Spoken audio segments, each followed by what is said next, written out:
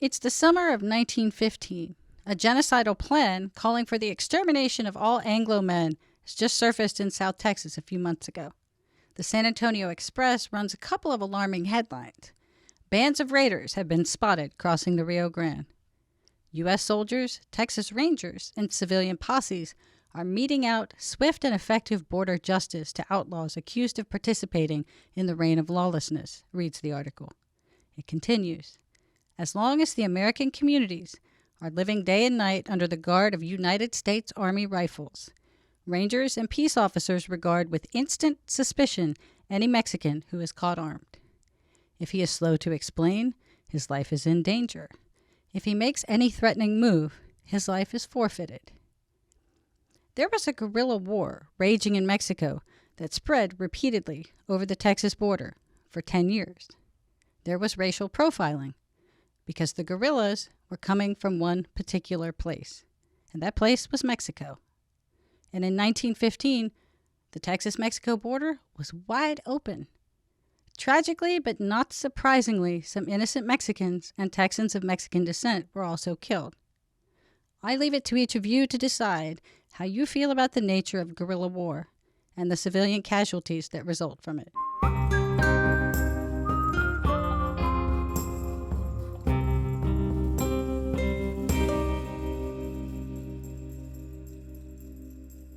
The Texas Rangers turned 200 this year.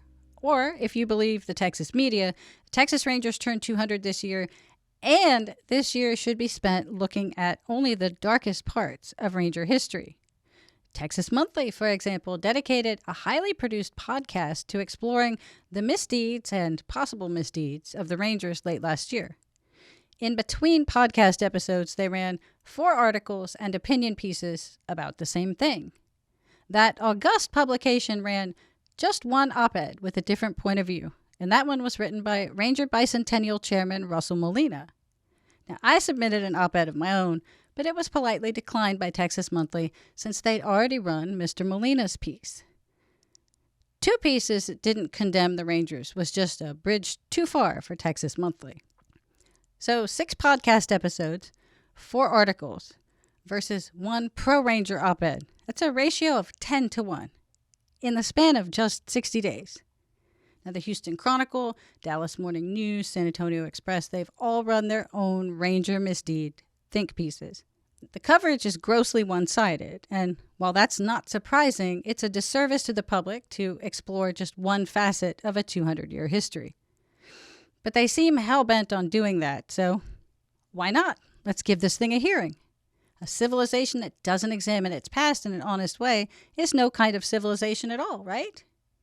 So let's have some real talk about the dark side of Texas Ranger history. Let's go right to the source of the headlines and the podcast episodes, the folks called upon by the media to educate us about this part of Ranger history. A group of professor activists who call themselves Refusing to Forget. I'm sure you're wondering, what are they refusing to forget? Well, it's what they call the worst period of racial violence in United States history. They claim the Texas Rangers wantonly killed hundreds, if not thousands, of people of Mexican descent between 1910 and 1920. And they cannot resist the urge to link these events to political discussions of modern policing and border patrol and all the systemic racism talking points that one needs to use if they want grant money and accolades. I'm sure you'd like to know, are these professor activists examining our past in an honest way? I think y'all are smart enough to decide for yourselves after seeing and hearing the evidence. So come with me to the dark side. When you present public history, or when you present anything to the public, you lead with what you think is most compelling. So what does Refusing to Forget lead with on their website and other public presentations? Let's go to their website.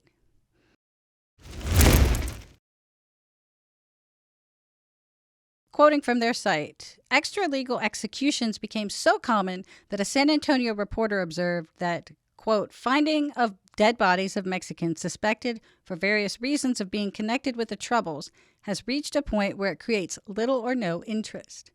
It is only when a raid is reported or an American is killed that the ire of the people is aroused. So this quote, used in isolation by a couple of generations of scholars on the subject, doesn't mean what they think it means. They use it to demonstrate, as they've said on their website, how common extra-legal executions were. Since all of this current crop of scholars simply cite one another rather than citing the original article, I have to wonder if they've ever read the whole original article. But they sure do love what that quote implies, and they all use it. The full 1915 article begins with a discussion of the panicked flight of Anglo and Mexican residents from the newish towns of San Benito and Harlingen. The report, written from Brownsville, says, but the people of Brownsville are calm despite the turmoil because the citizens of Brownsville aren't newcomers like those of San Benito and Harlingen. They're used to the clashes. They've been around a while. The piece then details the deaths of 3 Mexicans recently killed by other Mexicans in the vicinity. The piece ends with a report that Carranza soldiers are at the Progreso crossing threatening to murder any civilian, local law enforcement, or Texas Ranger that appeared on the riverbank. This report from Brownsville is about fleeing families, Mexicans killed by Mexicans, and threats against Anglos from Carrancistas. It makes no mention of extra-legal executions. Your trusted scholars read that into it. See, guys, as it turns out, during the Mexican Revolution, there was an impressive array of ways a person of any color could wind up dead. But this was doubly true for Hispanic people. Carrancistas, Villistas, Porfiristas, Federales, Reyistas, Rurales, Huertistas, Maderistas, Meganistas, Zapatistas, all the Istas. People of Mexican descent suspected of disloyalty to one faction or another were killed by other people of Mexican descent. Mexicans and Tejanos suspected of committing crimes were killed by Anglos. Civilians, local law enforcement, the U.S. military, and the Texas Rangers. Anglos were killed by Mexicans and Mexican Americans. In short, it was a bloodbath. So if you lead with what you think is most compelling, what Refusing to Forget leads with on their website is a quote that has been taken out of context by academics since Professor Charles Cumberland used it in 1954. The article surrounding their favored quote does not make any mention, nor does it allude to extra-legal executions.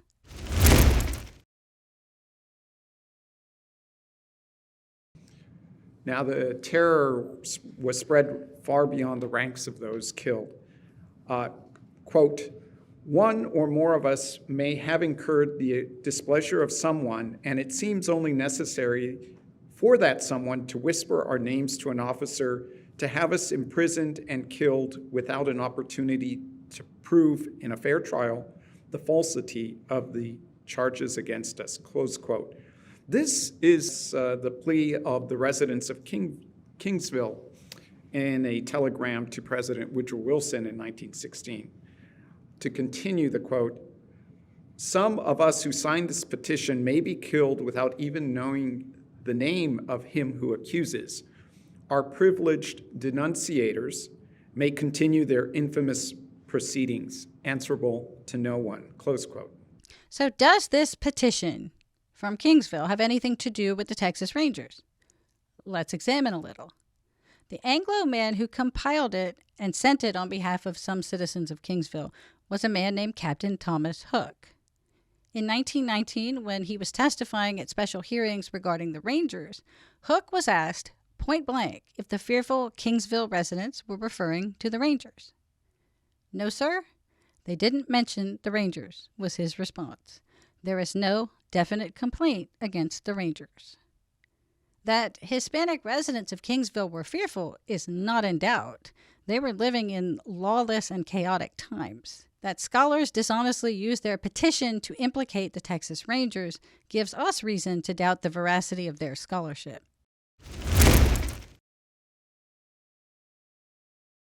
Far from being surreptitious, the violence was welcomed, celebrated, and even instigated at the highest levels of society and government.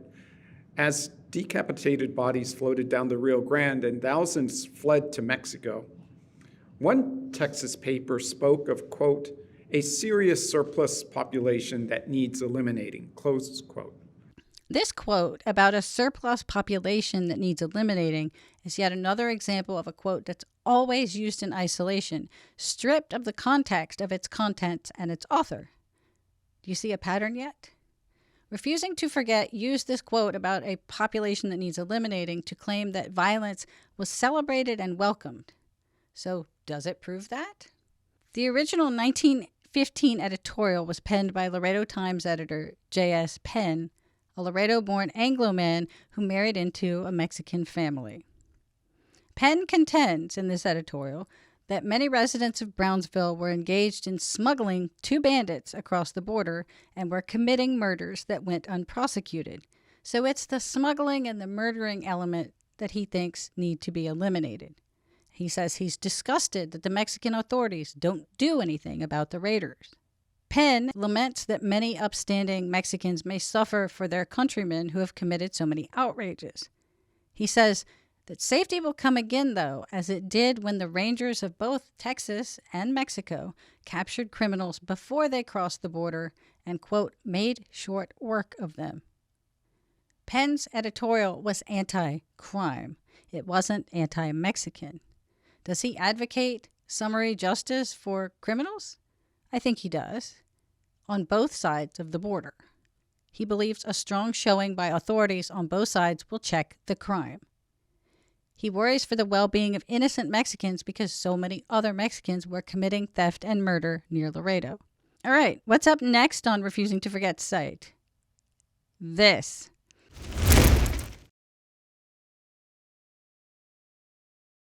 Prominent politicians proposed putting all of those of Mexican descent into concentration camps and killing any who refused. For a decade, people would come across skeletons in the South Texas brush, marked with execution-style bullet holes in the back of their skulls. In the book written by Refusing to Forget co-founder Dr. Ben Johnson, we find the source of this story, a newspaper article about the border troubles, concentration camps, and Robert Kleberg. Robert J. Kleberg was not a prominent politician, nor was he any kind of politician. He was the manager of the King Ranch. It would be the next generation of Klebergs who entered politics. So we'll forgive Dr. Johnson that error. Now, as for Kleberg's proposed concentration camps, here's that. In an article written by a reporter for the St. Louis Dispatch, I want you to remember that, published in the Brownsville Herald, Kleberg is quoted as saying that Mexicans who couldn't account for their presence on the border should be moved temporarily to camps where they'd be put to work clearing brush along the banks of the Rio Grande, where bandits often secreted themselves, coming and going to raids. Once order was restored to the border, they would be set at their liberty. At no point is Kleberg quoted as saying that those who refuse should be killed, as Refusing to Forget claim. So, not on their website, but worthy of note, in Dr. Johnson's book on this time period, he claims Kleberg opines further in the same article that his plan would protect innocent Tejanos from violence. Dr. Johnson seems to not understand Robert Kleberg is not the author of this article. He was simply quoted in it. After about the first two paragraphs, the opinions expressed are those of other people being interviewed and of the author whose name is clearly given in the byline.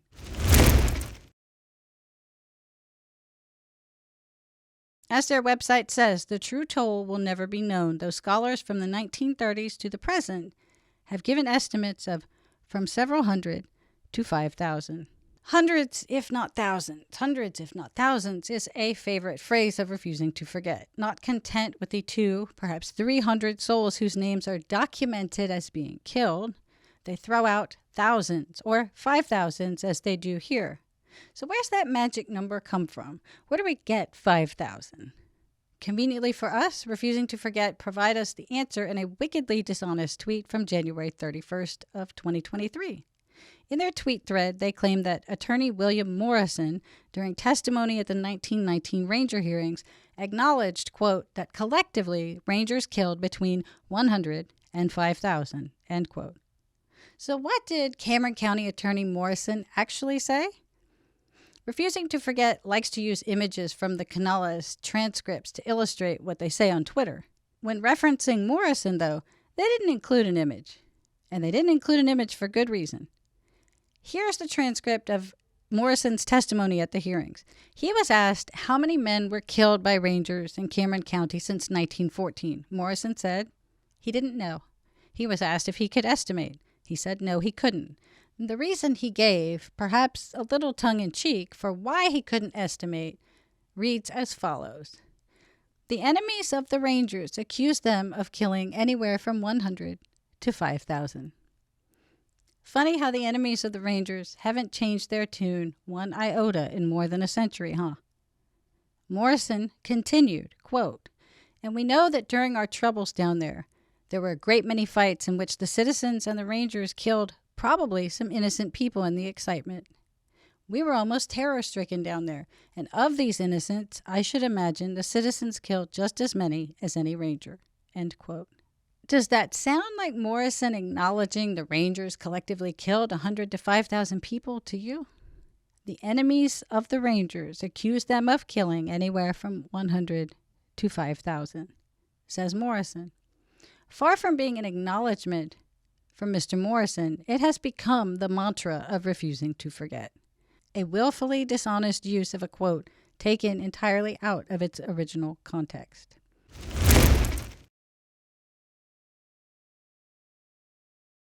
So how does refusing to forget say this spate of racial violence was triggered? Well, they say Anglos flooded the Rio Grande Valley when the railroads came in the early 1900s, and that these Anglos didn't assimilate to the predominantly Mexican culture.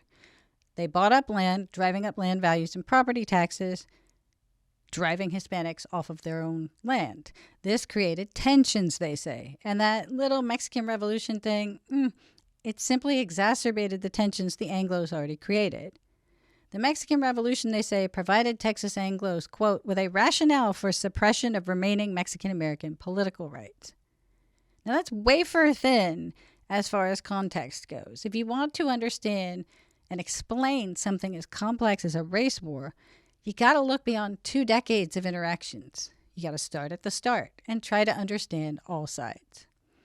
Anglos formed colonies in Spanish Texas and Mexican Texas in the 1820s. Texas separated from Mexico in 1836, and Mexico, for obvious reasons, was not a friendly neighbor. So Texas becomes one of the United States. Mexico, still not a friendly neighbor. The United States and Mexico had a war. Mexico lost. It ceded a large swath of territory to the United States and was paid $15 million for that lost territory. When you hear we didn't cross the border crossed us, that's an elegant reference to how some Mexicans suddenly found themselves Americans one day instead. In the wake of the war and fixing of long disputed borders, many border Tejanos occupied land that was backed by Spanish and Mexican grants. To prevent land speculators and ranch consolidators from taking those lands, Texas created the Borland Commission in 1850 to keep Tejanos on their lands. 2 commissioners and an attorney go from border town to border town, gathering evidence from citizens about their land grants and claims, how long they'd lived there, improvements, all of that. And despite the reticence of many Tejano landowners to meet with the commission, the majority of these claims submitted were eventually validated, either by the legislature or the courts. Of the 100 submitted, only 24 were never adjudicated. Despite the Borland Commission's efforts to protect these new Texas citizens, there was still a cultural divide at the border. It just wouldn't erupt until later. Then Porfirio Diaz came to power. He threw open the Mexican economy to investments from foreigners, specifically Americans. But this was too much too soon for Mexicans for whom the war of 30 years earlier was still a very raw spot. American investors were using their capital to reopen abandoned mining operations and other businesses, and they were making money hand over fist, but Mexicans were employed as low-wage laborers. This was an irritant. The Mexican economy boomed, widening this chasm between the rich and the poor. The longer Diaz stayed in power, the wider the chasm grew, and the angrier the Mexicans got, both at Diaz and at the American capitalist. The first tipping point occurred in 1891 when the Garza Revolution attempted to overthrow Diaz. Garza recruited for his revolution right here in Texas. The insurrection lasted just 2 years, but it served to foreshadow the large-scale revolution that was moving like a freight train towards Texas and Mexico. Captain John Burke of the 3rd U.S. Cavalry was among the U.S. soldiers sent to help quell the Garza revolt. He wrote presciently of the difficulties of guerrilla warfare and the dangers posed to innocents by revolutionaries who blended in with the population. Writes Burke, quote, "The difficulty of the task performed may be inferred from the fact that the population in this valley, the Rio Grande Valley, is essentially Mexican. The language, dress, customs, the weights and measures, money used, everything about them may be put down as Spanish. Therefore, it is almost an impossibility to separate a revolutionist from one of the ordinary inhabitants." So opposition swelled against Diaz's pro-American policies, and factions began to form up, each supporting a different replacement for Diaz, some supporting one another on a Monday, but violently opposing each other on a Tuesday. Revolutionary raids led by the Magonistas in 1907 and 1908 saw the U.S. sending troops and rangers to the border, and Mexico sending troops and rurales, or Mexican rangers, to monitor the border. Revolutionaries and opportunistic marauders engaged in a smattering of raids. To squash these raids, Mexican troops and rurales, for their part, meted out summary justice. They took no prisoners. Even if someone waved a white flag, they were executed anyway. The bodies were left out to rot and to send a message. And all of that is what led to the Mexican Revolution and a race war.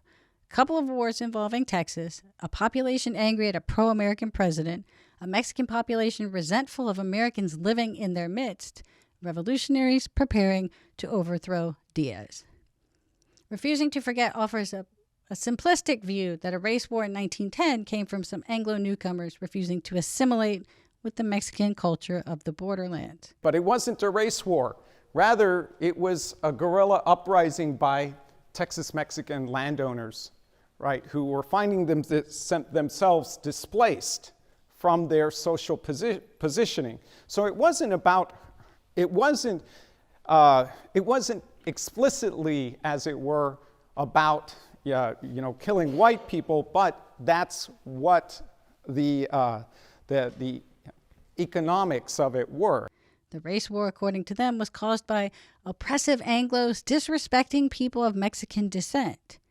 It's so intellectually dishonest to omit the resentment that festered among the Mexican population before that, or violence they committed against Anglos. In reality, decades of resentment on the Mexican side played just as big a role as anything else. Let's hop back to the Refusing to Forget website and see how they get us from 1900 to 1920, the end of the Mexican Revolution.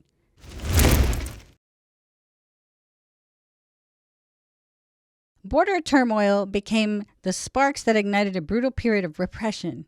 Scattered attacks on ranches, irrigation works, and railroads by ethnic Mexicans quickly developed into a local rebellion in the valley. They appeared to be the fulfillment of a manifesto entitled the Plan de San Diego, drafted in South Texas in early 1915, which called for a liberating army of all races to kill white males over age 16 and overthrow the United States rule in Texas. The insurrectionists killed only a handful, but prompted indiscriminate reprisals.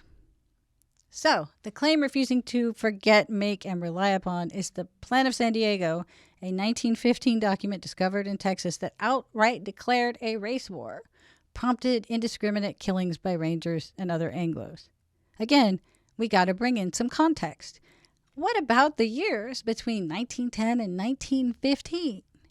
The Mexican Revolution is in full swing. There's no Plan of San Diego yet. Let's take a look at race relations before the Plan of San Diego. At the onset of the Mexican Revolution in 1910, local papers in the U.S. across the country began to run headlines about former local residents who had been slaughtered in Mexico. And nothing was being done about it by the U.S. government. So a head of steam builds for 3 years before Americans demand the government take action to protect Americans in Mexico or safely remove them. In 1913 and 1914, major newspapers and U.S. senators are reminding President Wilson that more than 100 Americans have been murdered in Mexico in the last couple of years. Among the murdered, men, women, and kids. some by self-proclaimed revolutionaries, some by outlaws, some in bomb blasts, some in Mexico City shootings. Remember, anti-Diaz movements were also anti-gringo movements. A lot of Anglos died in Mexico before the Plan of San Diego. While Anglos and Mexicans were murdered in Mexico before the plan came to light, national headlines trumpeted the slayings of 2 Tejano ranchers by Mexicans down on the Texas border. In November 1913, a middle-aged Tejano man from Laredo named Porfirio Laurel was working on a ranch near Hidalgo, Mexico. After a clash between federales and revolutionaries nearby, Laurel was swept up as a prisoner and tossed into a Nuevo Laredo military prison. His loved ones asked the government for help, and the U.S. government repeatedly demanded Mexico release the man. Mexico just didn't bother to respond. When they finally did, they sort of said, yeah, he was in prison, but he kind of escaped, sorry. Witnesses who knew Laurel said they'd seen him along with 2 other prisoners marched to the edge of Nuevo Laredo and executed. So the U.S. government begins to demand his body. The Mexican government, such as it was at the time, didn't respond. 6 months later, Nuevo Laredo changes hands and it's seized by the Constitutionalists. A former Mexican military officer comes forward and says he knows exactly where the prisoners who had been executed are buried, and he leads Laurel's family to the spot. And there was Laurel, 2 miles west of town, buried in a shallow grave that he shared with 2 other men. He was identified by his clothing and the personalized case that still held his spectacles and was in his pocket. The remains of Porfirio Laurel were placed in a coffin taken into Nuevo Laredo, where his family awaited permission from local military officials to move the body across the river to Texas. They sat there in limbo another 3 weeks before his homecoming was authorized. He was given a proper Catholic burial in Laredo, May 24, 1914. About the same time, another Tejano rancher, Clemente Vergara, was lured across the Rio Grande with promises horses stolen from him by the federales would be returned. Vergara's wife said she and a Texas Ranger friend both warned him against crossing the river. And once he's on the other side, he was clubbed in the head and taken to a prison in Hidalgo where he was beaten and tortured. The next morning, when his wife tried to visit him in prison, he was gone. They said he'd been moved to Piedras Negras. But rumors circulated he'd been hanged from a tree outside of town. And the rumors were true. Texas Governor Colquitt asked the U.S. Secretary of State if a murder case could be made. The answer was no. Colquitt asked if he could use Texas Rangers to go recover the Texan's body. Again, the answer was no. The Rangers accompanied Vergara's family to retrieve his remains, or they didn't, depends on who you ask. But the Tejano's remains were brought back to Texas and given a proper burial. Remember what Refuting to Forget told us on their website. The insurrectionists killed only a handful, but prompted indiscriminate reprisals. I'd like to ask Refusing to Forget not to forget that the world didn't start turning with the Plan of San Diego. After years of headlines about murdered Americans, the murders of Vergara and Laurel at the border, and complete inaction by the federal government, everyone's teeth were on edge at the border. And then the Plan of San Diego, with its genocidal verbiage, surfaces in 1915.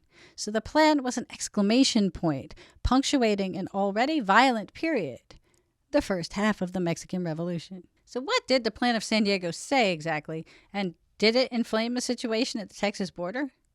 Well, the overtly racist manifesto had 15 provisions, and we can run through them right quick. Starting on February 20th, 1915, there'd be an uprising against the U.S. government and the proclamation of freedom of Black Americans to declare independence of Texas and the other southwestern states, which the plan claimed were robbed from the Republic of Mexico by North American imperialism. Number 2, to achieve these ends, an army called the Liberating Army for People and Races would go to war under a red and white banner inscribed with the words equality and liberty.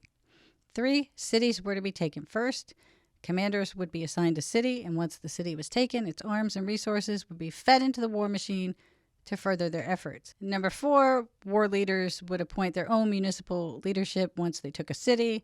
Number 5, no prisoners would be taken. This is a war of no quarter.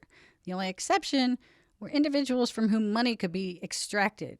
If they did not provide money, they would be shot. If they did provide money, after they forked it over, they would be shot. 6, every foreigner found carrying arms, regardless of nationality, who couldn't prove his right to bear arms, would be executed. Every North American male over the age of 16 would be executed. Traitors to the Mexican race would be executed. Women, children, old men, they would be spared. 7, the Apache of Arizona and other Indians in that territory would have their lands returned to them if they provided assistance to the revolution. Number 8 was about ranking appointments in the army. 9, once the armies gained control over all the states, they would declare themselves a free and independent republic and maybe later request annexation to Mexico. 10, after independence for blacks was achieved, and of course blacks were free by this point, but I assume this refers to Jim Crow, the revolutionary leaders would assist them in taking by arms 6 more states in the U.S., bordering the states already taken by the revolution. So next to the Revolutionary Republic, there would be an independent black republic. 11, no terms can be made with the enemy since this is a war of no quarter. No troops will be admitted that are not of the, quote, Latin, the Negro, or the Japanese race, end quote. Once these objectives are obtained, nobody should commit treason. Got to include that. Line 14 lays out how the Revolutionary Congress would be formed to govern the place. And number 15, the movement would not accept the moral or financial aid of Mexico. So, the Plan of San Diego was a manifesto that called for specific racial groups to kill other specific racial groups in summary, retaliatory executions. You can perhaps see how this served to scare the hell out of folks living on the border and beyond after 5 years of violence in Mexico creeping up and seeping across the border. But what of the only a handful killed in scattered attacks that Refusing to Forget dismissively references? The number of attacks directly linked to the flag of the Plan of San Diego was indeed not large. Mexican raiders not flying the flag of insurrection, but maybe inspired by it, did increase their raids into Texas. A King Ranch foreman was killed. 4 Hispanic law enforcement officials in Cameron County, I think 2 shot, 2 stabbed in 2 separate incidents. Several stores were robbed, telephone lines, telegraph lines were cut. A 42-foot railroad bridge near Sebastian was burned. And assassination attempts were made against Anglo ranchers in their homes and in their cars. 2 men by the last name of Austin, a father and son, were killed. There was a shootout between U.S. cavalrymen and raiders at the Toledo's Ranch just north of Brownsville. In a raid on the Norris division of the King Ranch, a Hispanic woman named Manuela Flores was shot in the face when she refused to help the raiders.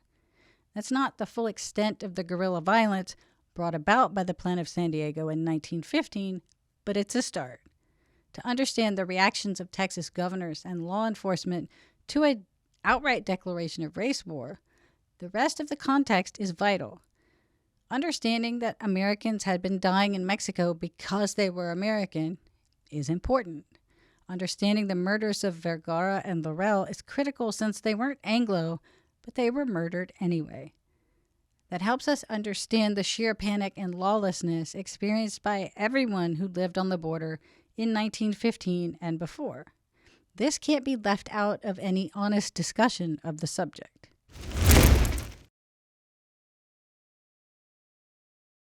Back to the Refusing to Forget website we go. Quote, Texas Rangers played a key role in these atrocities. On September 28, 1915, for example, after a clash with about 40 raiders in Hidalgo County, the victorious Rangers took about a dozen raiders prisoner and promptly hung them, leaving their bodies in the open for months. Several weeks later, on October 19th, after a dramatic attack derailed a passenger train heading north from Brownsville, Rangers detained 10 ethnic Mexicans nearby, quickly hanging 4 and shooting 4 others. So no first-hand account states the raiders were promptly hung. No witness account says the Rangers did the hanging, but a witness did see the Rangers capture 12 of the 40 raiders, and bodies were seen hanging after the fact.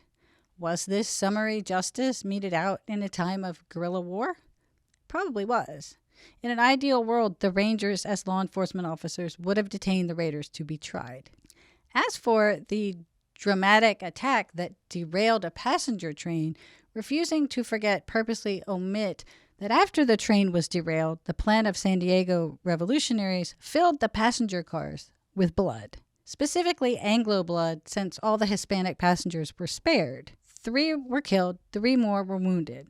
Passengers were then robbed of their money, their jewelry, and even their shoes. A couple of days later, Mexican guerrillas attacked a U.S. Signal Corps detachment at Ojo de Agua, killing 3 and wounding 8 soldiers. General Frederick Funston's response to this attack, I think, gives us a glimpse into what some Ranger captains like Henry Ransom may have hoped to achieve with brazen execution of raiders. General Funston requested permission from the United States State Department for the Army to show no quarter to capture raiders, to conduct summary executions. There is but only one way to end it, he wrote, and that is to make it almost certain death to engage in one of these raids.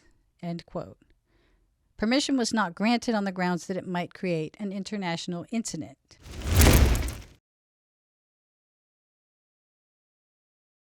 This was not Ransom's first such action. A month before, on September 24th, he casually shot Jesus Bazan and Antonio Longoria as they rode by the site where a raid had occurred.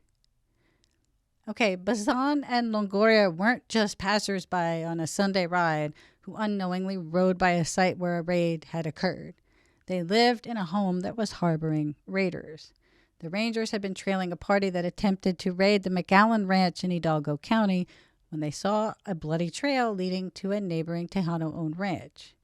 The Rangers observed that Bazan and Longoria were residents of the house that was harboring the bandits, and without detaining them for question, Ransom and his Rangers shot them both as they rode out. Was Ransom acting in a manner we think is befitting a peace officer? Hell no, not at all. Is refusing to forget right when they omit Bazan and Longoria were tied to a ranch that was harboring fugitives? That's not right either. There's a character missing in refusing to forget's version of events, and that is the Texas governor. Back then, you see, Ranger leadership, so the adjutant general, the Ranger captains, they were appointed by the governor. Back then, the Rangers went where the governor sent them. Ranger captains like James Monroe Fox and Henry Ransom, men we associate with the darkest days of the Ranger service, were sent to the border by Governor Ferguson to stem the tide of violence.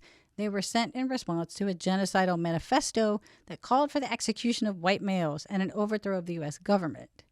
Governor Ferguson told Ransom that if he didn't break up the Plan of San Diego nest of bandits, even if it meant killing every last one of them, Ferguson would find another man who would do the job.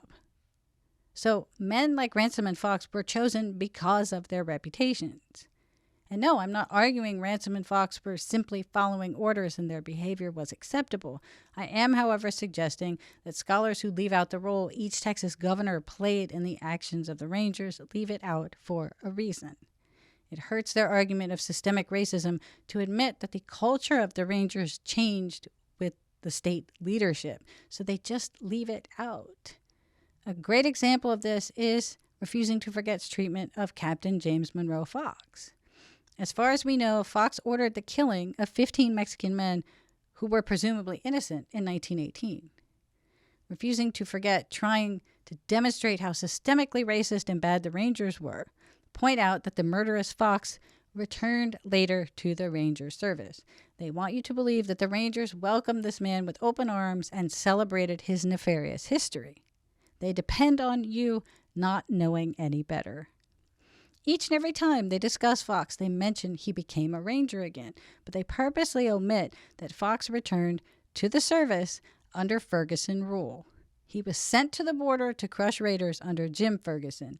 His company was disbanded under Governor Hobby, and he re-enlisted when Miriam Ferguson occupied the governor's mansion, and when she left, he left. If you talk about the Rangers without the context of the governor that controlled them, you're being lazy or you're being dishonest.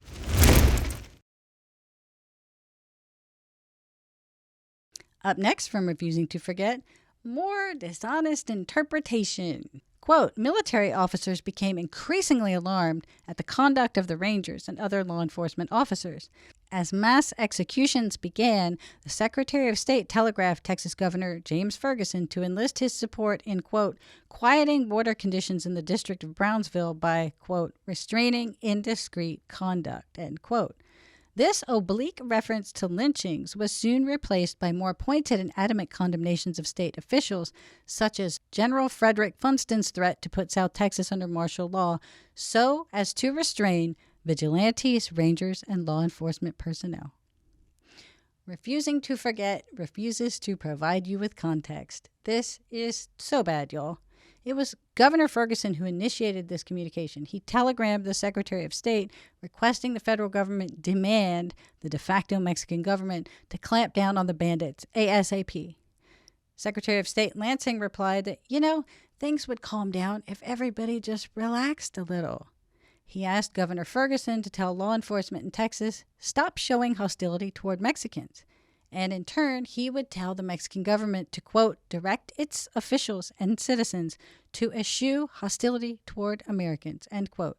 No oblique reference to lynchings, just the Secretary of State saying violence begets more violence and everybody needs to calm the hell down. As to General Funston's condemnation of state officials and threats of martial law to restrain the Rangers, wrong again. Completely out of context. Remember, this is the same man who not very long before asked permission to administer summary justice to Mexican raiders. Anyway, in September 1915, while the U.S. Army was engaging Carranza soldiers from across the Rio Grande near Brownsville, some Cameron County Yahoo sheriff deputies, in true boneheaded fashion, began firing their sidearms across the river too. Funston feared this would create an international incident and said he was so concerned with this repeated behavior in Brownsville, he'd recommend martial law if it didn't stop. So Governor Ferguson sends word to Cameron County that the dolts firing across the river must be fired. So no condemnations, no oblique lynching references, no Rangers. Just the very active imaginations of refusing to forget and their blatant dishonesty. Does more dishonesty lie ahead? Probably. Let's head back to Refusing to Forget's website and see what we got next.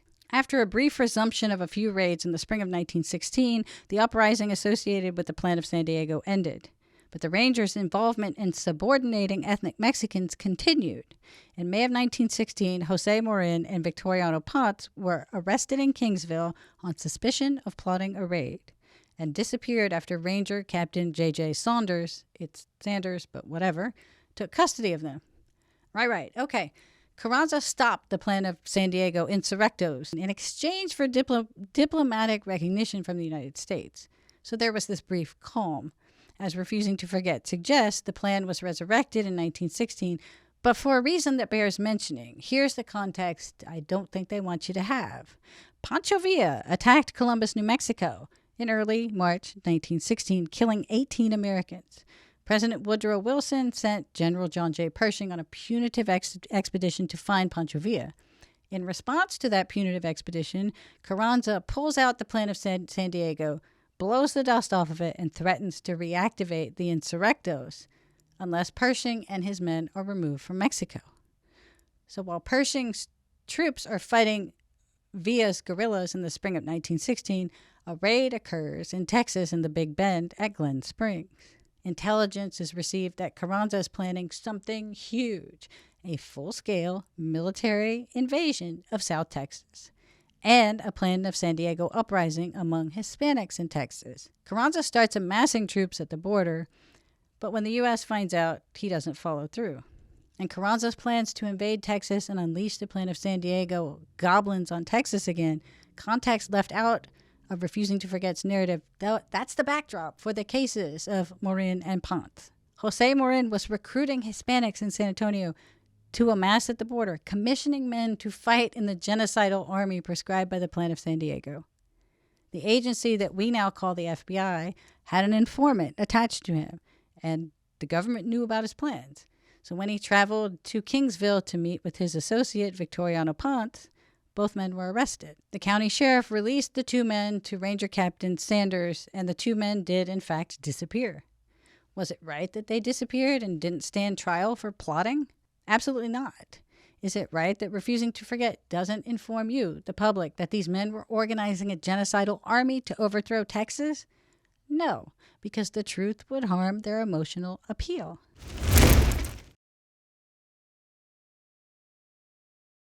What is Refusing to Forget's take on the collision between the Mexican Revolution and World War I?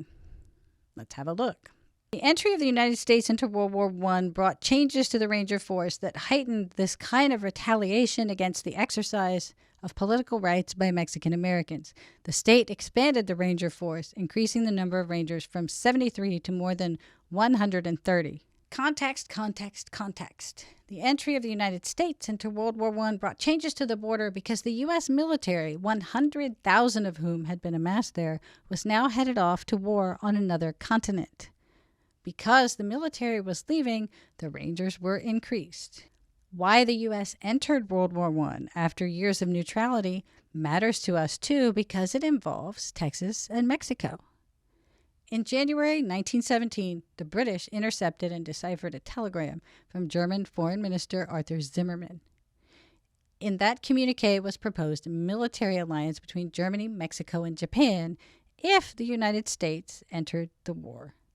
It offered to return Texas and the other southwestern states to Mexico if they played ball.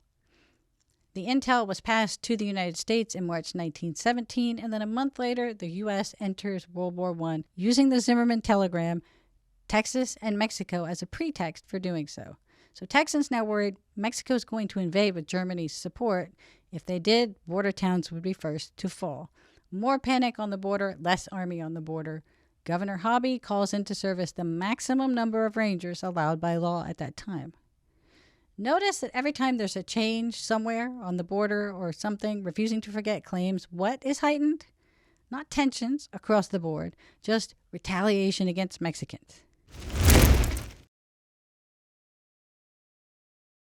Legislation empowered the governor to appoint 3 loyalty rangers in each county to monitor anti-war activity. In South Texas, these loyalty rangers participated in an unprecedented assault on Mexican-American voting rights.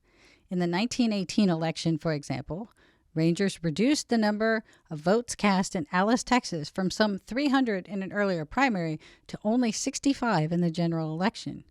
Voting across South Texas plummeted when rangers were deployed. Okay, the Hobby Loyalty Act, signed into law March 1918, created a subset of special rangers, which were already a subset of regular rangers, called loyalty rangers. These are 3 picked men who were assigned in each of the I think 252 at the time counties in Texas. They are tasked with acting as sort of a secret service force. They go about their business and go to their jobs in their hometowns. They're always on the lookout for espionage, draft dodgers, basically anything that doesn't support the war effort. This was Texas's answer to the Espionage and Sedition Acts of 1917 and 1918. And as a product of the Hobby government, these men were also expected to be loyal to the Hobby government and work for his reelection. So yes, probably Rangers were at the polls in the 1918 election, but Refusing to Forget's claim that racialized voter suppression was the reason fewer votes were cast in South Texas is, I know you know what I'm going to say, it's purposely, willfully blind to context. So what did they leave out this time? Just a variance of 500,000 votes. No big deal. The variance between the primary and the general election turnout was enormous. So was this variance the result of racial injustice because Rangers were at the polling stations? Did 3 men in each county terrorize 500,000 people into not voting? Was harassment by the Rangers the reason voting in South Texas plummeted, as Refusing to Forget tells us it was? Probably not. The voter turnout was robust for the primaries. You know what didn't hamper the primaries? The 1918 Spanish flu. As it turns out, and all of us experienced together 3 years ago, a pandemic will scare the hell out of people. That makes a difference in an election where there's no convenient mail-in voting. The influenza outbreak peaked in Texas in September and October, just before the general election. And since they talk about South Texas, on October 22nd in Corpus, all soda fountains were voluntarily closed. People in restaurants were required to remain 5 feet apart. I guess we thought an extra foot was going to save us 100 years later. Schools had been closed since the first week in October. Theaters were closed. Pool halls were closed. People were not allowed to congregate. City police were actually enforcing the anti-spitting ordinances in Nueces County. I'm not saying there wasn't racism. There most assuredly was racism. But when you make a bold claim like, in South Texas, these loyalty rangers participated in an unprecedented assault on Mexican-American voting rights, you better be able to back that up. The source of these bold claims, according to the footnote in Dr. Ben Johnson's book, is a single, anonymously written note about the Alice elections. No mention of the Spanish flu or the massive variance of 500,000 votes pre- and post-pandemic. It's kind of shameful to leave that out, if you ask me.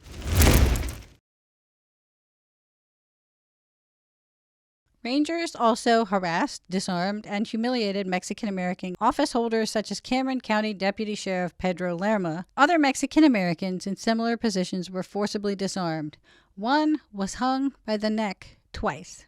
The claims about harassment and disarming Hispanic people, those are probably absolutely true. Whether the individual events were triggered by racism or personal animus of another type, we don't know. We'd have to look at each individual claim. Refusing to forget just assumes everything happens as a result of racism, and then they tell you, the public, that. The statement that one was hung by the neck twice may have you scratching your head. A Mexican man claimed during the 1919 Canales hearings he'd been arrested, then removed from jail by the Texas Rangers, and then hanged. Twice, in one day, with a rope, from a tree, and he said he didn't even faint the first time, but he did faint a little the second time, and had no bruises on his neck from a double hanging in one day. And nobody questions that. Refusing to Forget doesn't say one man claimed he was hung by the neck twice, as implausible a claim as it is. They need to show the public they understand the difference between an uncorroborated claim and something that resembles the truth.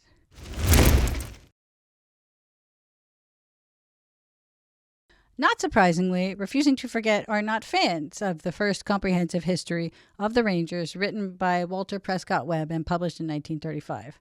But they do give him credit for dedicating a few words, I think 5, to the racial violence that they stake their careers on. Quote, even historian Walter Prescott Webb, whose 1935 book, The Texas Rangers, glorified the Ranger force, allowed a note of disquiet to enter his depiction of the 19-teens. Rangers committed excesses and did not distinguish themselves, he acknowledged. Okay, in my opinion, Webb's book is a good read, but it was definitely written by a Ranger fanboy.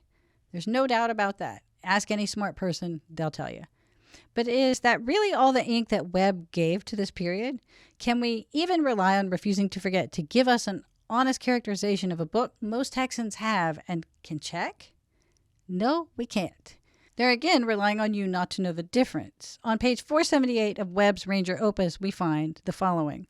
The murder map presents with fair accuracy the loss of American life there, but it tells nothing of the economic losses or the death of hundreds of Mexicans, many of them innocent, at the hands of local posses, peace officers, and the Texas Rangers.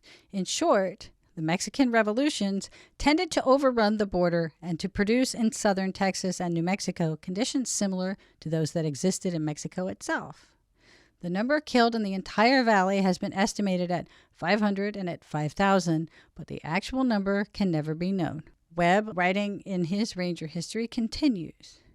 The situation can be summed up by saying that after the Troubles developed, the Americans instituted a reign of terror against the Mexicans, and that many innocent Mexicans were made to suffer.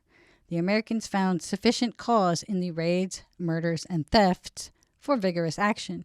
Of bandits, they asked no quarter and gave none. In the orgy of bloodshed that followed, the Texas Rangers played a prominent role, and one of which many members of the force have been heartily ashamed. End quote. Why does Refusing to Forget need the public to believe Webb said so little when he said so much? Because half the reason they exist is to claim that this history has been hidden from the public, that they never learned about it, so it must have been suppressed. In reality, had any of them read Webb when they were 19, they'd have learned enough about it to go down their own research paths. But they didn't.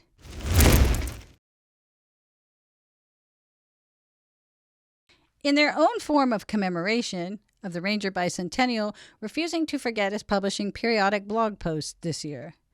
Let's take a look at this one from December 14, 2020, that kind of looks promising if you look at the title. It's by Dr. Leah Lagrone, Public History Director at Weber State University in Utah. The title, Ranger violence in context, Laredo 1910. Finally, yay, some context. Let's get into it and get that juicy context. Quoting from the blog post, those who downplay the history of violence often do so by arguing that we should not place 21st century values on historical characters. Members of the Texas 1836 Project Commission, it's a committee, but okay, utilized this argument several times in the most recent meeting in Austin. The people who want to uphold the Ranger myth want to put history into context, arguing that that's just the way it was back then, and it's presentist to assert otherwise. Okay, number one, arguments against presentism are not arguments for violence. Arguing in favor of context doesn't downplay violence. It's simply an argument in favor of you doing your job correctly. Number two, omitting context doesn't make you guilty of presentism necessarily. It just makes you guilty of bad scholarship.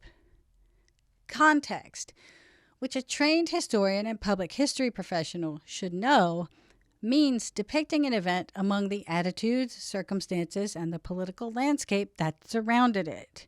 And as we've amply demonstrated, refusing to forget places all the events that might support their argument in a sterile little vacuum, deprived of the vital air of context. Sometimes they outright lie. Leah Legrone continues, quote, "But whose perspective does this privilege in the historical narrative? Ethnic Mexicans along the border had often shared stories with their communities and passed down the horrors of generational trauma caused by Ranger violence. Let's also understand that even in the 19-teens, many border residents questioned the Ranger force and the interests that it served." End quote. Whose perspective does what privilege? Context? Do you mean context? Context privileges no one. Context helps a reader arrive at a conclusion. Omitting context to manipulate that process privileges your argument. Presentism privileges your argument. And public history is what suffers when you do both. Dr. Legrone wants us to understand that even in the 19-teens, border residents questioned the Ranger force. Let's see how she demonstrates that to us. Quote, "The poem above shows that journalists and readers were aware of Ranger violence even if they approved of the tactics. The very foundation of the Texas Ranger myth is laid upon this knowledge. The public understood that if a Mexican, often described as a bandit, to justify murder by the Texas Rangers, rode into Texas, or often on land they owned, it was more than possible they would, quote, ride not back again." It's amazing how Dr. Legrone squeezed so much out of 4 lines of rhyme.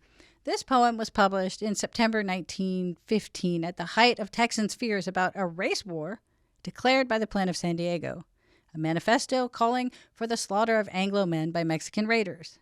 Men on every side of the Mexican Revolution conflict committed acts of summary justice, and that fed the fears of everyone.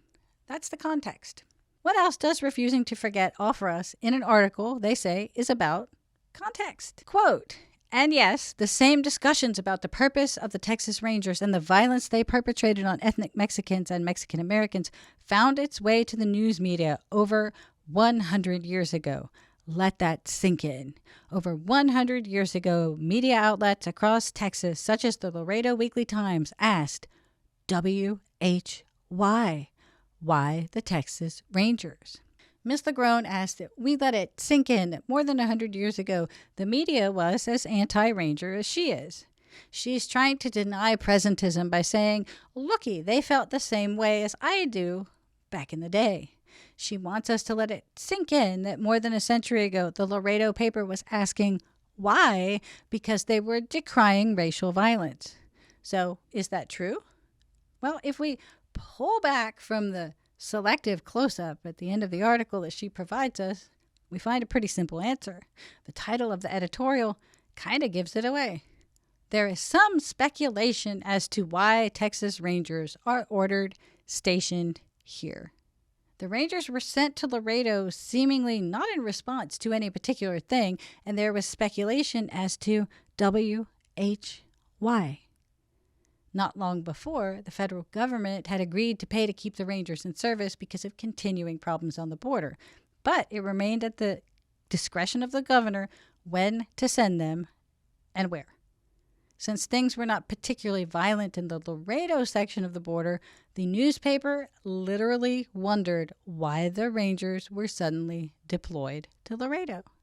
If Miss Legrone wishes to inject imaginary discussions about racial violence into stories that contain none, that is her professional prerogative as a historian.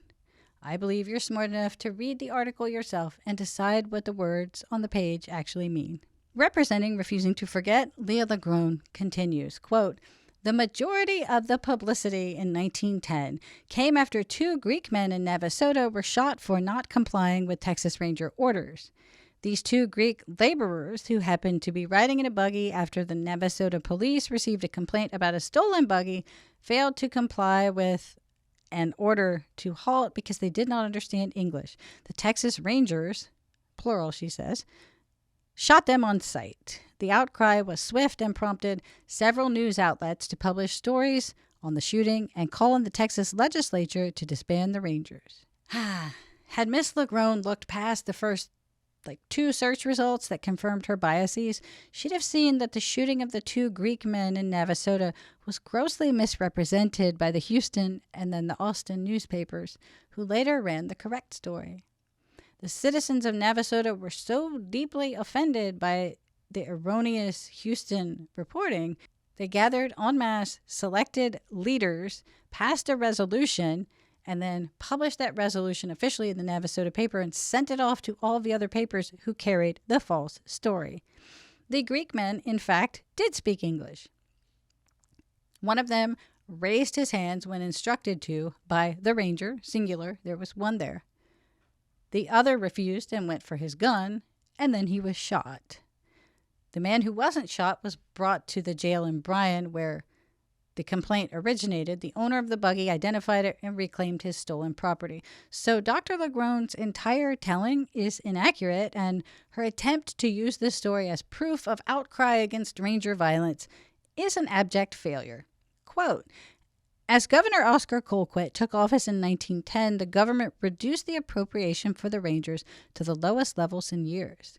Governor Colquitt disbanded one Ranger division from Austin in November 1910, cutting the companies from 4 to 3.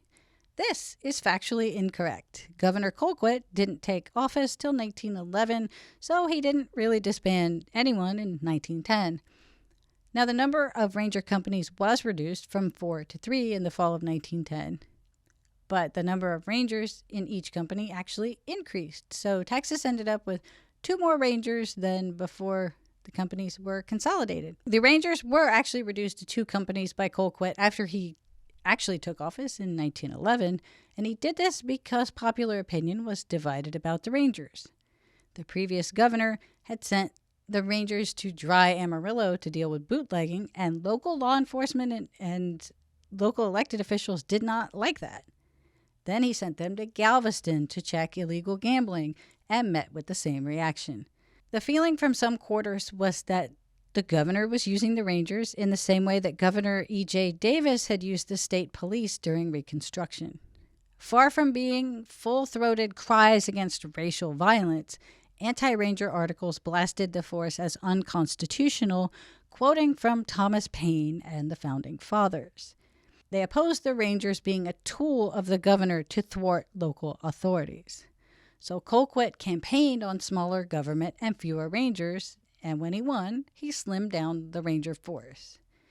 This was not the first time, and it wouldn't be the last time that Texans got mad at the Rangers for how a governor used them. This was not the first time or the last time that Texans would compare the use of the Rangers to tactics used by Edmund J. Davis. This disaster of a blog post tries to finish strong. Quote, "So yes, let's put the understanding of violence committed by the Texas Rangers into context. More than a century ago, ethnic Mexicans and their Anglo allies were deeply aware of the reputation of the Texas Rangers. They had to be. Their lives depended on it. Present critiques of Ranger violence are not new. They are more than a century old, and we should not forget that." End quote. Critiques of the Texas Rangers are indeed nothing new, but the historical critiques you presented don't support the claims you make. You provided no context in an article about context. You could make the argument that Mexicans and the media were aware in 1910 of a violent Ranger reputation.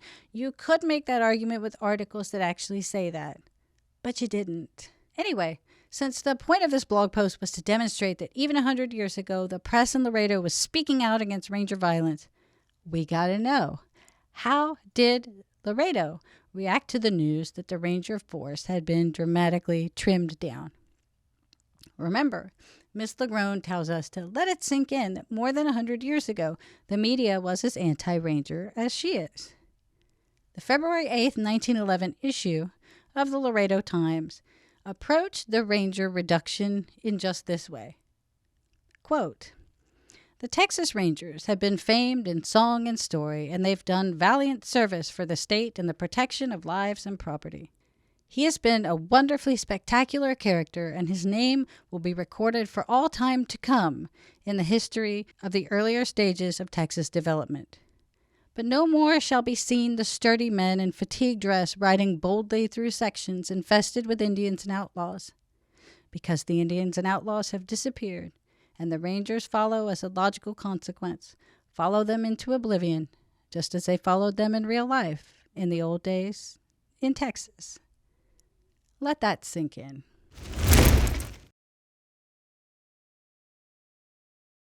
In their most recent blog post, as of the time of this recording, Refusing to Forget's website featured a fascinating perspective from English professor Dr. Christopher Carmona of Our Lady of the Lake. Now let's front load this one with context instead of picking it up at the end. The Plan of San Diego, discovered in 1915 in San Diego, Texas, called for the annihilation of all Anglo men over the age of 16 to create an independent republic from the territory Mexico lost in the war with the United States in 1848. The genocidal Manifesto called for a war of no quarter. No prisoners would be taken. People would be executed. Now, Carmona's take on this is right there in the title. The Plan de San Diego, a triumph of the Mexican-American spirit. Yep, that's a real thing a Texas professor published. The Declaration, I'm quoting the blog post here, the Declaration written over 100 years ago called for a revolution against the United States to free the Southwest. This declaration was not the work of a fringe group of fanatics bent on anarchy, but rather was a cry against grievances left unanswered. So, as Carmona is going to admit later in this, or maybe not, his writing is kind of murky, we don't know who wrote the Plan of San Diego, so we can't say it wasn't a fringe group of fanatics bent on anarchy. But we do know that one of the biggest plan adherents was, in fact, an avowed anarchist. But this sentence in its entirety is interesting. A genocidal revolution was a cry against grievances unanswered? It kind of sounds like Carmona is saying the targeted Anglo population had it coming, but we should probably give him the benefit of the doubt and read on, right? Quote, "For several years, 1910 to 1920, the Texas Rangers and other forces such as American corporations and Anglo ranchers had levied a violent campaign against the South Texas Mexican communities for their lands and resources. Because of this, El Plan de San Diego was created as a call of action for people of the Southwest to take back their lands they believe were lost in the Mexican War of 1846. This document asked for the banding together of Mexicans, African Americans, Native Americans, and Japanese to fight back against the Texas Rangers." So, yeah, it kind of sounds like Carmona is saying that Anglos were responsible for a genocidal pronouncement against them. It also sounds like Carmona lacks some historical knowledge. He's got a PhD in English, if you can believe that, from A&M, and not history. The document asked for the banning, he means banding, together of ethnic groups to fight back against the Texas Rangers, he says. I wonder if Dr. Carmona has read the Plan of San Diego? It doesn't mention the Rangers. It does, however, explicitly mention executing all white males over the age of 16. Next, he quotes Howard Zinn, which is never a good sign.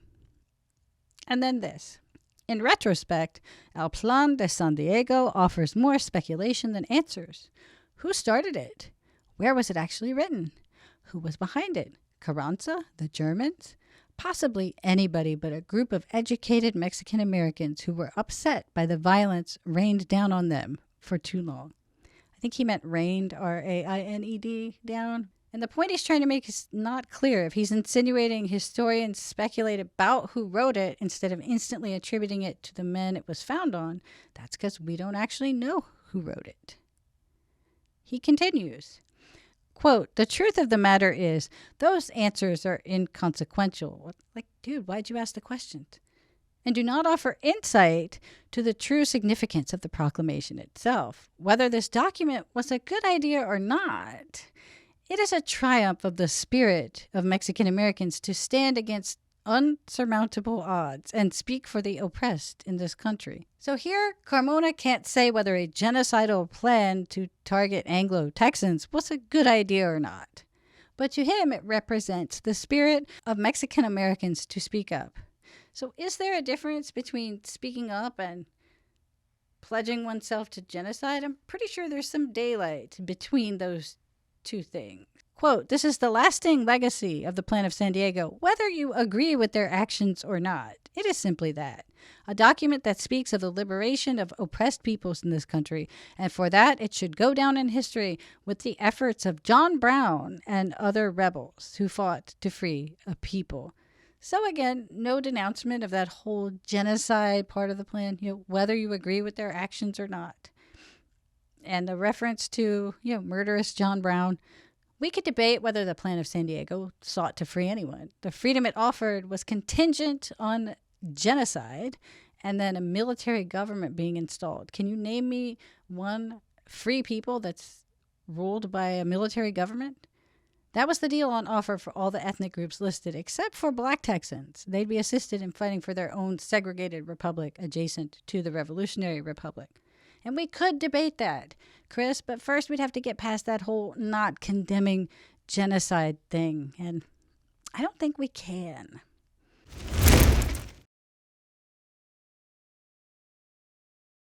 A bit of a trigger warning here. This segment is about photos that depict violence, dead people, and tragedy. If you are bothered by historic photos of violence, dead people, and tragedy, please don't watch. You can listen. I'm going to talk about those things. But if you don't want to see the images, don't watch. Those of you still with me, let's talk about this famous image. Those seeking to dunk on the Texas Rangers always throw down this photo as sort of a trump card. This is especially true of anti-Ranger scholars like Refusing to Forget. Let's get Refusing to Forget co-founder John Moran Gonzalez's take on this infamous image. None of these men were in that firefight. Let me repeat, none of these men were in that firefight, neither the Rangers nor their victims, right? These four men just happened to be ethnic Mexican in the neighborhood. Okay, so while it is true that the Texas Rangers were not there for the firefight with the Raiders, he stresses the dead men pictured didn't have a hand in the raid. They just happened to be in the neighborhood of the distant ranch house. He bases this statement on what? If you think about it, the sediciosos were rancheros. They knew, first of all, the reputation of the Rangers towards Mexicans, and two, they knew the brush country like the back of their hand. They're not going to be hanging around to be captured by the Rangers. They disappeared into the brush. Oh, so the scholarly reason is they were just random guys in the area because real lawbreakers would know how to hide? But, like I said, any Mexican was a bandit and a sedicioso. And so these four unfortunate men just happened to be in the wrong place at the wrong time with the Rangers. Well, that is technically true. They just happened to be part of an armed raiding party that attacked the Norris division of the King Ranch in August 1915, and that would be the wrong place and the wrong time. Between 10 and 12 raiders flying the banner of the genocidal Plan of San Diego were killed in the raid or died later as a result of wounds sustained in it. Since claims of racial violence are the reason Dr. Gonzalez offers up this photo in the first place, I should note here that some of the wounds inflicted on those dead raiders were made by shots fired by Hispanic employees of the King Ranch. First-hand accounts of the raid are supplied to us by Anglo and Hispanic witnesses, And they tell us that the men were Plan of San Diego raiders, that some were killed and then the rest fled to regroup. Okay, so what else does Dr. Gonzalez want his audience to know about this infamous photograph? This photo is, in a certain perverse sense, extremely aesthetic. And what do I mean by that? It's extremely composed. As you can see, there are very strong diagonal lines, right, like that. That suggested, composition, that these bodies were dragged. This photo is one of a series shot by a professional photographer. Dr. Gonzalez knows that, so it's weird that he highlights how extremely composed it is, but doesn't tell his audience why it's so well composed. Actually, it's not weird, it's dishonest. He says the photos suggest that the bodies were dragged. There is no suggestion. We know the bodies were being dragged from near the Norias ranch house where the raid took place to their place of burial the day following the raid. Does Dr. Gonzalez imagine that 10 or 12 dead men with all of the dead weight that entails would be carried by other men to the site of their burial? Perhaps he'd have preferred wheelbarrows be employed? That's neither here nor there. What matters is that this is not information Dr. Gonzalez lacks. It's information he chooses not to give his audience and not to give to you, the public.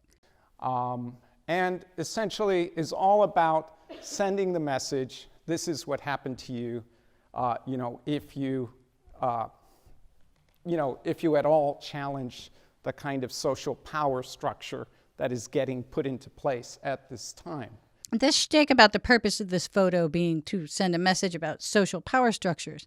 Since the men were asked by a commercial photographer to pose with the bodies and then in the other photos that are in the series, they're asked to pose with the battle flag of the Plan of San Diego. Do you really think the intent was to send a message about hierarchies and hegemony? Photographer was Robert Runyon, a man that moved to Brownsville about 1910, and he opened a photography studio. He was married into the Matamoros Medrano family. And in addition to his portrait studio, he traveled around the valley and documented the Mexican Revolution in the valley using photographs. He took shots of troops amassed on the border. He took pictures of flowers, of vistas, of children, of Fort Brown, of farmers. He even traveled into Monterrey with the Mexican Constitutionalist Army, and he photographed all of that. And he took photos the day after the Norias raid and of the wreckage after the Omito train derailment in October. Dr. Gonzalez is a native of Brownsville. Pretty sure he's aware who took the photo and how much of life in the valley during the revolution was documented by Robert Runyon's photographs. And if he wasn't aware of it before, he is now. I'll just say this image was a postcard that circulated for the next 2 decades throughout Texas, right? And you just have to imagine the degree to which this type of racial violence was normalized in order for that to make its circulation as a postcard possible, right? Just think about it. Somebody had to go to the general store, look through the postcards, pick this one out, write a message to a friend or family on the backside, put a stamp on it, mail it, have it go through the system, have it received at the end of by the receiver, who would look at it, read the message, look at the photo, and then put it on the fridge or, pin it up or, put it away in a drawer or something. But the thing is that this is the degree of racial violence that was needed and accepted as simply necessary to maintain and establish white supremacy in South Texas at this time. I'm not sure if this is dishonesty or just ignorance, but man, oh man, Dr. Gonzalez is wrong in assuming photo postcards only applied to his narrow area of racialized interest and served to perpetuate white supremacy. So here is a quick primer for him and for all of y'all who may not know. Robert Runyon sold some of the images he took because that was in fact how he earned his living. He had a family to support. In many ways, he was a war correspondent. He licensed photographs to newspapers. He sold images to postcard companies. At that time, and for a long time afterward, photo postcards were a big deal. They allowed people around the world to see, with photographic clarity, things that they'd only read about before. Photo postcards of hurricane catastrophes, of lynchings, of executed prisoners, men killed in war, floods, train accidents, burn victims. There was a ready market for all of those things and more, not just in the United States, worldwide. Hell, there is still a segment of the population that collects historical post-mortem images. And just because we've evolved out of postcards doesn't mean we can't understand the reason catastrophe cards existed. There was a huge market for catastrophe photos for the same reason we rubberneck when we pass an accident or binge watch true crime shows. The aphorism, "It's like watching a train wreck, I can't look away," that was born out of our sense of morbid curiosity. That's what made people buy those cards. Maybe Dr. Gonzalez doesn't understand, but his ignorance is not an excuse for attributing to white supremacy that which can be explained by basic knowledge of 20th century material culture. When Refusing to Forget and others present this photo without the context of the photographer who took it, without acknowledging that the dead men were killed in a battle that they initiated, and without a nod to prevailing material culture, they're engaging in intellectual dishonesty and, frankly, desperation. But now you know the story of this infamous photo.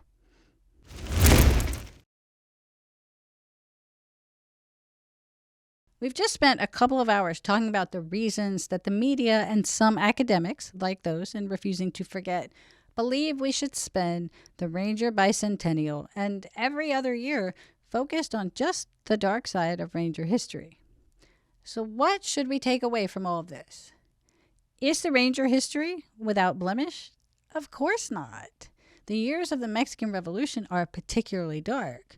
Rangers, local law enforcement, raiders, everybody killed some innocent people, and that's just a fact. Anyone who points out flaws in Refusing to Forget's arguments is deemed a defender of the Anglo or a defender of the Ranger myth.